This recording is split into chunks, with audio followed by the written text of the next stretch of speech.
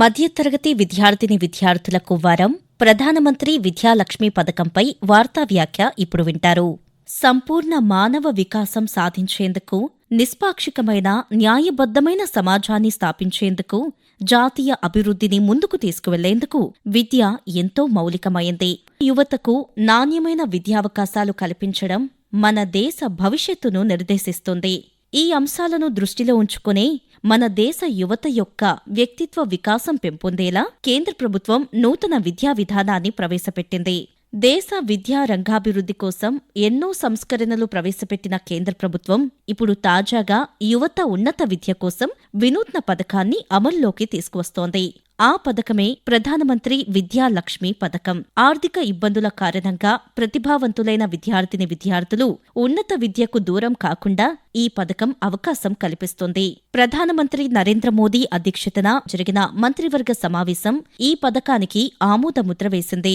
నాణ్యమైన ఉన్నత విద్యను అభ్యసించేందుకు ఈ పథకం కింద యువతీ యువకులకు సహాయం అందజేస్తారు. ఈ పథకం పూర్తిగా ఉచిత విద్యా రుణాలకు హామీ ఇస్తుంది. విద్యార్థులకు చాలా సహాయకారిగా ఉండే విధంగా ఈ పథకాన్ని కేంద్ర ప్రభుత్వం తీర్చిదిద్దింది. విద్యాలక్ష్మి పథకం ప్రయోజనాలను పొందేందుకు విద్యార్థిని విద్యార్థులు ఆన్లైన్ పోర్టల్ vidyalakshmi.co.in ను సందర్శించడం ద్వారా నేరుగా దరఖాస్తు చేసుకోవచ్చు. దరఖాస్తు చేయడానికి ముందు విద్యార్థి 10వ తరగతిలో నమోదు చేసినట్లుగా పేరు, మొబైల్ నంబర్, చెల్లుబాటు అయ్యే ఈమెయిల్ ఐడి ద్వారా నమోదు చేసుకోవాలి. ఇతర వివరాలను పూరించడం ద్వారా దరఖాస్తు ప్రక్రియను పూర్తి చేయాలి. ఈఎంఐలో రుణాన్ని లెక్కించే సదుపాయాన్ని కూడా ఆ వెబ్సైట్లో పొందుపరిచారు. ప్రస్తుతం దేశంలోని 860 ఉన్నత విద్యా సంస్థలలో ప్రవేశం పొందే ప్రతిభావంతులైన విద్యార్థులకు రుణ సదుపాయం కల్పిస్తారు. అత్యున్నత నాణ్యతా ప్రమాణాలు పాటించే ఉన్నత విద్యా సంస్థలలో ప్రవేశం సాధించిన విద్యార్థుల ట్యూషన్ ఫీజు, కోర్సుకు సంబంధించిన ఇతర ఖర్చులకయ్యే పూర్తి మొత్తాన్ని బ్యాంకులు, ఆర్థిక సంస్థల నుండి హామీ రహిత రుణం పొందేందుకు అర్హులవుతారు. సరళమైన, పారదర్శకమైన పూర్తిస్థాయి డిజిటల్ వ్యవస్థ ద్వారా ఈ పథకాన్ని నిర్వహిస్తారు. ఏటా 22 లక్షల మంది అభ్యర్థులు ప్రధానమంత్రి విద్యాలక్ష్మి పథకం పరిధిలోకి వస్తారు.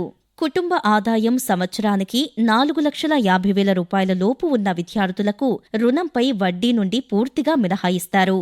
కుటుంబ వార్షిక ఆదాయం 8 లక్షల రూపాయల లోపు ఉన్న విద్యార్థులకు కేవలం 3% వడ్డీకే 10 లక్షల రూపాయల వరకు రుణం అందజేస్తారు. గ్యారెంటర్ లేకుండా ఈ రుణ సదుపాయం కల్పించడం ఈ పథకంలో విశేషం.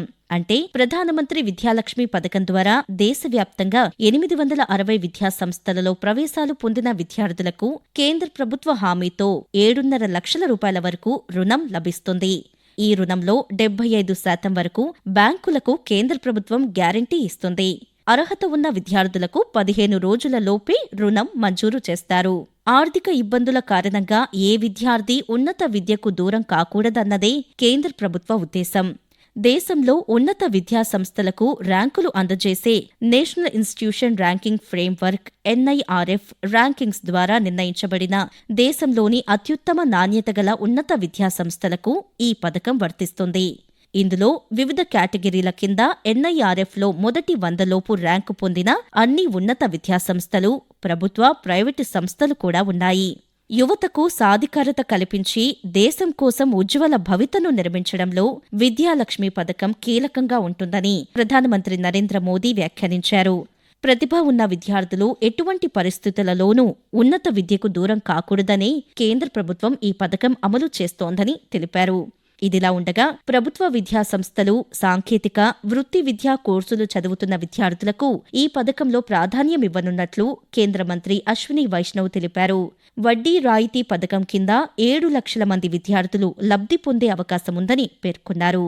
ఉన్నత విద్యాశాఖ రూపొందించిన ప్రధానమంత్రి విద్యాలక్ష్మి పోర్టల్లో రుణాలు, వడ్డీ రాయితీ పథకాల కోసం విద్యార్థులు దరఖాస్తు చేసుకోవాలని అశ్విని వైష్ణవ్ సూచించారు. మధ్యతరగతి విద్యార్థిని విద్యార్థులకు వరం ప్రధానమంత్రి విద్యాలక్ష్మి పథకంపై వార్తా వ్యాఖ్య ఇప్పుడు వరకు విన్నారు. రచన కె చక్రవర్తి, వ్యాఖ్యానం కె సుమ, సమర్పణ ప్రాంతీయ వార్తా విభాగం, ఆకాశవాణి విజయవాడ కేంద్రం.